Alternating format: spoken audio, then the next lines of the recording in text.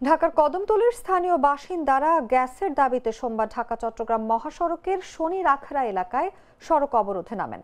স্থানীয়দের অবরোধের ফলে ব্যস্ততম মহাসড়কে কয়েক ঘন্টার জন্য তীব্র যানজট সৃষ্টি হয়েছে। অবরোধকালীন সময়ে এক মুমূর্ষ নবজাতককে নিয়ে পরিবার হাসপাতালে যাওয়ার পথে যানজটে আটকা পড়ে। এ সময় সন্তানকে বাঁচিয়ে রাখতে তার মা ও স্বজনরা অসহায়ের মতো ছোটাছুটি করতে থাকেন। এমন কিছু ছবি ও ভিডিও সামাজিক মাধ্যমে ভাইরাল হয়। তবে ওই নবজাতক ও তার পরিবারের পরিচয় জানা যায়নি। প্রত্যক্ষদর্শীরা জানান, কদমতলীর নূরপুর এলাকার বাসিন্দারা দীর্ঘ ৩ বছর ধরে তীব্র গ্যাস সংকটে ভুগছেন।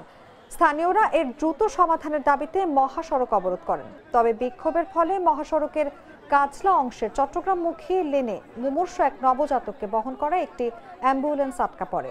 যানজটের কারণে নবজাতককে হাসপাতালে না নিতে পেরে তার মা ও স্বজনদের ছোটাছুটি করে। এক পর্যায়ে বিক্ষোভকারীরা অ্যাম্বুলেন্স পারাপারের সুযোগ না দিলেও ধীর গতির বাহনের মাধ্যমে নবজাতককে হাসপাতালে পৌঁছাতে সুযোগ করে দেন।